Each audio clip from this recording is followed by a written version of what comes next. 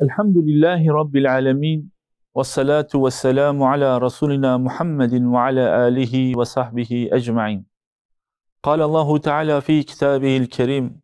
Euzu billahi mineşşeytanirracim. Bismillahirrahmanirrahim. Kul innes salati ve nusuki ve mahyaya ve memati lillahi Rabbil alemin. Sadakallahul azim. Evet kıymetli izleyiciler, Allah nasip ederse bu programda tekrar Hz. Peygamber'in dilinden hayatımıza yön verecek hadisleri bir kez daha işliyoruz, konuşuyoruz. Allah istifade etmeyi nasip eylesin. Allah ibret almayı nasip eylesin. Allah aldığımız ibretleri hayatımıza geçirip bu ibreti güzel bir şekilde hayatımızın tüm evrelerine yerleştirmeyi, unutmamayı nasip eylesin. Allah örnek almayı nasip eylesin. Bütün iyi amelleri, bütün güzel amelleri, Allah'ı razı edecek bütün eylemleri örnek almayı nasip eylesin. Çünkü biz çift dünyalı insanlarız. Sadece bu dünyaya has bir hayatımız yok. Biz biliyoruz hayatımızın birçok evresi, birçok boyutu vardır. Tıpkı geçmişte nerede olduğumuzu hatırlamadığımız gibi, annemizin rahminde olduğumuz dönemi hatırlamadığımız gibi, şimdi bu hayatı müşahede ediyoruz. Bu hayatın içindeyiz. Ama biz iman ettik. Bundan sonraki evreler vardır. Kabrin dehşeti vardır. Belki de güzelliği vardır kimisi için. Biz biliyoruz mahşerin sıkıntısı vardır. Hesabı zordur. Ve orada Allah o gün bütün insanlığı yaratacak ve tekrar hesaba çekecektir. Ve netice hasıl olacak. Allah muhafaza. Allah kalbinde zerre miskal iman olan insanları inşallah cehennem ile azap etmez de cennet ile müjdeler. Ama cehennem vardır. Ve inşallah temenni ediyoruz ki Allah bütün müminleri, Müslümanları, Allah'a kamil bir şekilde ibadet eden bütün kulları cennet ile müjdeleyecek ve cennet vardır. Yani hayatımızın evreleri, boyutları çoktur. Ruh kendini ölümsüz kabul eder. Özbenliğimize bile sorduğumuzda, öleceksin diye hesaba kendi kendimize muhasebe ettiğimizde bile ruh kendini ölümsüz kabul eder. Kendini ölümlü görmez. O biliyor ki o beden çürüyecek ama onun başka evrelerinde o hayatını devam edecek. Ta ki Rabbine kavuşuncaya kadar. Allah bizi bir hakkıyla Allah'ın huzuruna çıkıp hesabı kolay olanlardan, Allah'ın rahmetiyle mükafatlananlardan eylesin. Ama lazımdır ki ibadet etmek, lazımdır ki Allah'ın rızasını kazanacak bir kâmet ortaya koymaktır.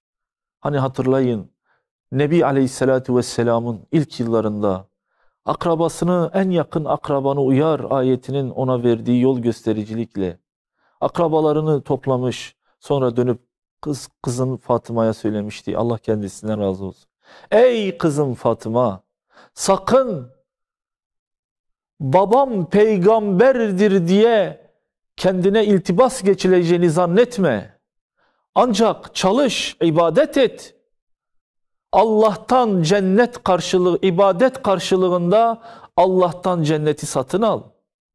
Ey peygamberin halası Safiye, sakın aldanmayasın. Yeğenim peygamberdir diye çalış. İbadet karşılığında Allah'tan cenneti satın al. Zor. Zor. Defaatle söylenilmiş. Gelinmiş Allah Resulü Aleyhisselatü Vesselam'a demişler ki ya Resulallah akıbetimiz ne olacak? Ben nasıl yapacağım? Veya cennete girecek miyim? Allah Resulü yol göstermiş. Şunu yaparsan Allah seni rahmetiyle kuşatacak. Şundan uzak durmalısın. Bunlar Allah'ın gazabını çekecek. Ve bazen iyi işler yapan Müslümanlar kendi kendine konuştuğunda yahu şu adam cennetliktir dediğinde Allah Resulü müdahale edecek. Sahabe dahi olsa. Hayır öyle söylemeyin.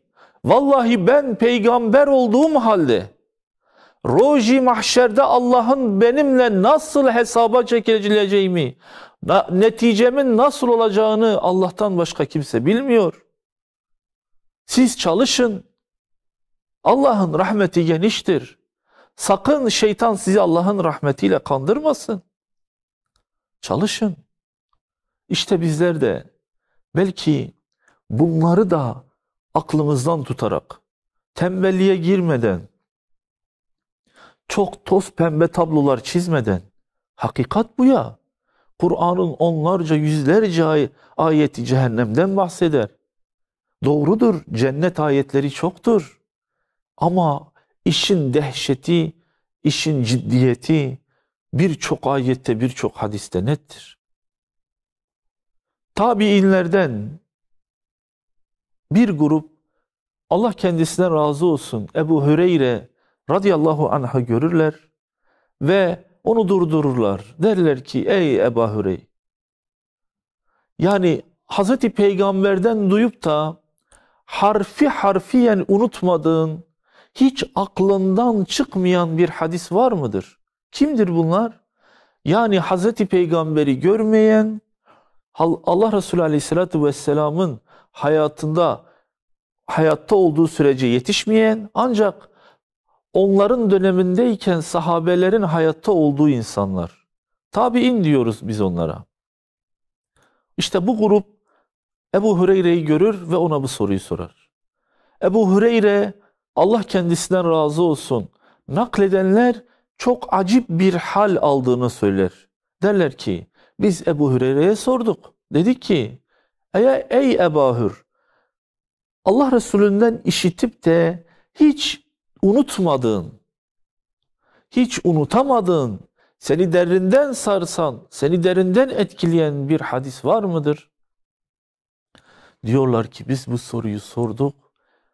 Ebu Hüreyre dedi, naam, evet var. Sonra döndü dedi ki, kâle Resulullah aleyhissalatu vesselam dedi ve birden titremeye başladı. Rengi kaçtı, titreyerek bayıldı, yere çöktü diyor. Biz korktuk, endişelendik, telaşlandık. Dedik ki ya ne oldu? Acaba ruhunu mu teslim etti? Niye böyle oldu? Ya yanaştık yanına, Ebu Hüreyre, valla kaldırıncaya kadar diyor gözümüz çıktı. Kaldırdık onu. Ne oldu? Yok bir şey dedi. Şimdi size anlatacağım ayet beni derinden sarstı. Ben ne zaman şimdi size anlatacağım hadis beni derinden sarstı. Ben ne zaman bu hadisi anlatsam beni böyle bir hal alır. Neyse dedi, doğruldu, oturdu, insanlar da oturdu. Ve sonra tam yine başladı. Dedi ki, kâle Resulullah aleyhissalatu vesselam der demez, tekrar bir titreme, tekrar bir üşüme, tekrar bir sarsıntı ve derken tekrar bayıldı. Sonra biz yine üşüştük üstüne. Yanımızdaki arkadaşa dedi, keşke sormasaydık. Bu kadar eziyet çekeceğini bilseydik sormazdık. Zor bela tekrar ayılttık onu. Tamam, vazgeçtik, sormaktan vazgeçtik. Ebu Hüreyre, yok dedi, ben anlatacağım, bu önemlidir. Ve tekrar kâle Resulullah aleyhissalatu vesselam deyince tekrar sarsıldı ve titreyip tekrar bayıldı. Zor bela kaldırdık, ayılttık. Ebu Hüreyre dedik, bizi korkutuyorsun. Sen nasıl bir hadis rivayet edeceksin ki bu seni bu kadar sarsıyor, bu kadar sana tesir etmiş, bu kadar acı çekiyorsun, bu kadar seni içselleştirdin. Bu nasıl bir hadistir ki bu böyle? Döndü dedi ki, Allah Resulü Aleyhisselatü Vesselam bize mahşer alanından bahsetti. O gün bütün insanlar mahşerde toplanacak. O gün bütün insanlar Allah'ın huzurunda el pençe divan duracak. Allah o gün bütün insanlıktan hesap soracak ve buranın içinde melekler, buranın içinde peygamberler, buranın içinde şehitler, buranın içinde salihler ve buranın içinde iyi insanlar da bulunacak, kötü insanların bulunduğu gibi. Herkes kendi akıbetinden endişelenecek. Allah hesaba çekecek. Allah hesap çekicidir. Kolay değil. Bu kadar nimetin bir suali olmalıdır. İnsan gerçekten kendini la yüselmin zannediyor. Bu kadar dünyadaki nimet, bu evren, bu galaksi, bu kainat, bu ağaçlar, bu bitkiler, bu hücrelerimiz. Yani bu kadar mı la yüseliz? Hesaba çekilmeyeceğimizi mi zannediyoruz?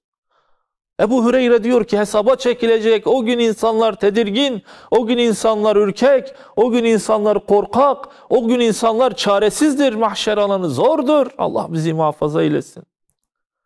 Diyor ki Allah bütün kullarını hesaba çekmeden önce 3 kişiyi bir takım insanlara misal olsun diye hesaba çekecek. İlk hesaba çektiği insan Allah katında çok değerli olan ve Allah katında verdiği, dünyada gösterdiği kâmet, duruş ve bedel için daha dünyadayken peygamberin tabiriyle şehit olan insanlar, Allah'ın rahmetine şahit olan insanlar, Allah için canını, bedenini kılıçlara, kurşunlara siper eden insanlar, bu uğurda vefat eden insanlar. Doğru ya, Kur'an-ı Kerim'de diyordu ya, Allah yolunda öldürülenlere ölüler demeyin. Bilakis onlar diridirler. Onlar Rablerinin katında rızıklandırılmaktadırlar. İşte Allah bütün insanları hesaba çekmeden bazı insanlara temsilen bir şehit çağıracak. Ve gelecek o şehit roji mahşerde, o büyük mahşer alanına. Öyle ki gelen şehit olduğu kanıyla beraber gelecek. Daha kan taze olacak, üzerinde akmaya başlayacak. Ve sonra Allah Azze ve Celle soracak o şehide, bu ne halindir? Sen dünyada ne ettin, ne yaptın, ne işle meşguldün? Şehit cevap verecek. Diyecek ki, ya Rabbi, ben sana ayandır, sen biliyordun. Ben yeryüzünde sırf senin davan ileriye gitsin diye, sırf İ'la-i kelimetullah yücelsin diye senin davan için savaştım, cehd ettim, gayret ettim ve netice itibariyle ben şehit oldum. Belki üzerindeki alameti gösterecek. Allah Resulü Aleyhisselatü Vesselam başka bir hadisinde şehit kanıyla beraber haşrolacak, elbisesiyle beraber haşrolacak, İlk şehit düştüğü anki şekliyle beraber haşrolacak diyor ya, işte manzara da tam da budur. Allah Azze ve Celle o şehidi dinledikten sonra, o şehidin Allah için şehit olduğunu o mahşer alanında deklare ettikten sonra Allah Azze ve Celle diyecek ki sen yalan konuşuyorsun. Herkes sarsılacak. Öyle ki belki o güne kadar şehitler sınıfından yazmış melekler bile birden belki şaşıracak ve dönüp onlar da Allah Azze ve Celle'nin ona söylediği, o şehide söylediği cevabı söyleyecek. Evet, sen yalan konuşuyorsun diyecek. Allah Azze ve Celle devam edecek. Sen yeryüzündeyken Allah için savaştın, doğrudur. Ama senin iç aleminde, senin içselleştirdiğin şey o değildi. İman kamil olmamıştı. İhlaslı bir şekilde, samimi bir şekilde sen bu davaya hizmet etmedin. Her ne kadar bu dava için canını versen de, sırf insanlar, yahu ne pehlivan adam, ne cihan mert bir adam, yahu ne kadar güzel İslam için savaşıyor desinler diye insanlara kendini pazarladın. Netice hasıl oldu belki. Evet, şehit oldun ama bizim katımızda şehit değilsin, sen yalancısın. Sen dünyada insanlar sana şehit desinler diye mücadele ettin. Mükafatını aldın. İnsanlar dediler. Dünyadaki insanlar sana şehit dediler. Senin bu dünyada, ahirette bir hesabın, bir payın kalmadı. Ve emir buyuracak. Sürün bunu yüzüstü cehenneme diye. Dedim ya, dehşet vericidir. Bütün hakikatlerin en açık bir şekilde ortaya çıkacağı bir zemindir. Allah bizleri muhafaza eylesin. Sonra Ebu Hureyre diyor ki, derken başka bir şahıs, başka bir kişi çağrılacak. Bu adam gelecek, dünyadayken alim olduğu net olarak gözüken, ilmiyle amel etmiş belki, belki bir şeyler ortaya koymuş, belki insanlara bir şey göstermiş. ilmi üzerinde görünen bir adam gelecek. Allah soracak ona, anlat bakayım dünyada ne yaptın? Adam cevap verecek. Ya Rabbi, sen ilim okumak bütün müminler için, erkek ve kadın müminler için farzdır dedin. Ben okudum ya Rabbi. Öyle ki bütün ilimin katmarlarını geçtim, bütün ilimin saflarını geçtim. Alem gördü, ben senin davan için kitaplar neşrettim. Televizyon programları yaptım, radyo programları yaptım. Senin davan yücelsin diye çalıştım, gayret ettim ve bu neticede ömrümü tamamlayıp senin huzuruna geldim. Allah Azze ve Celle sen yalan konuşuyorsun diyecek.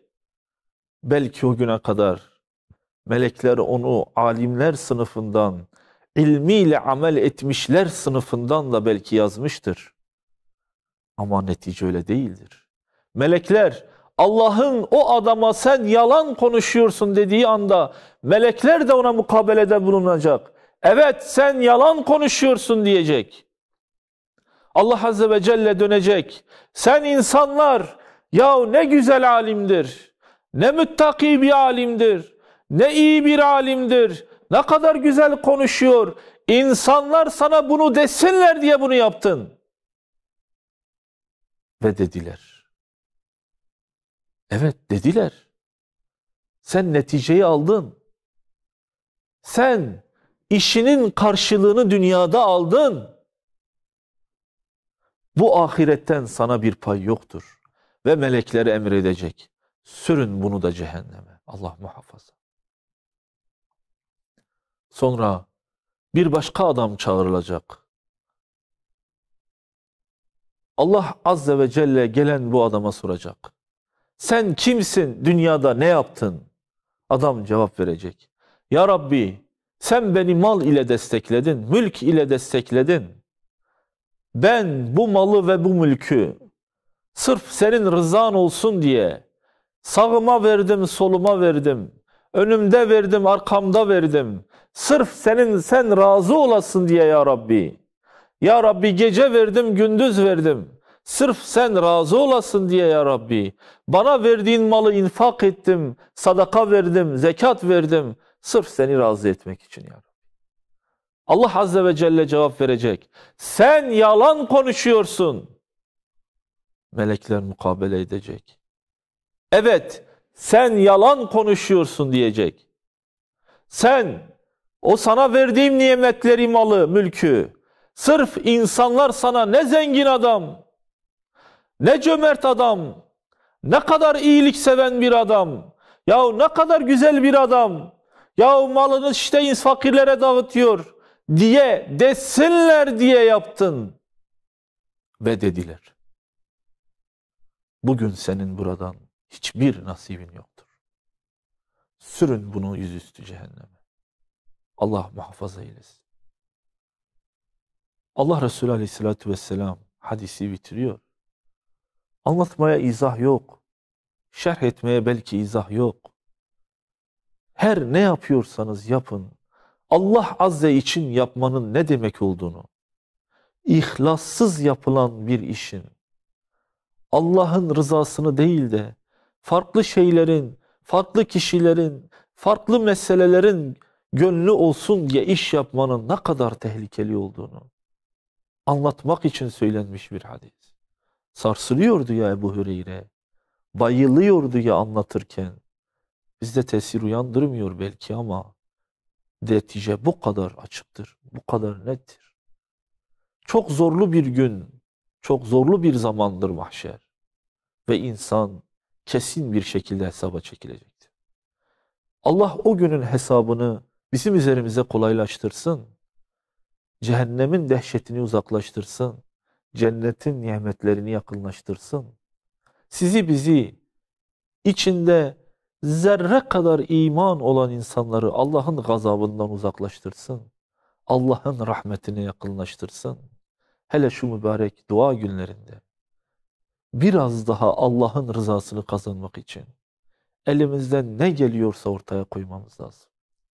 Ve mesele hayatımızın sonuna kadar sadece Allah rızası için çalışmak, gayret etmek, ortaya düzgün bir iman ortaya koymak için mücadele etmek gereklidir. Hepinizi Allah'a emanet ediyoruz. Ve ahiru da'vana enilhamdülillahi rabbil alemin. Esselamu aleyküm ve rahmetullahi ve berekatuhu.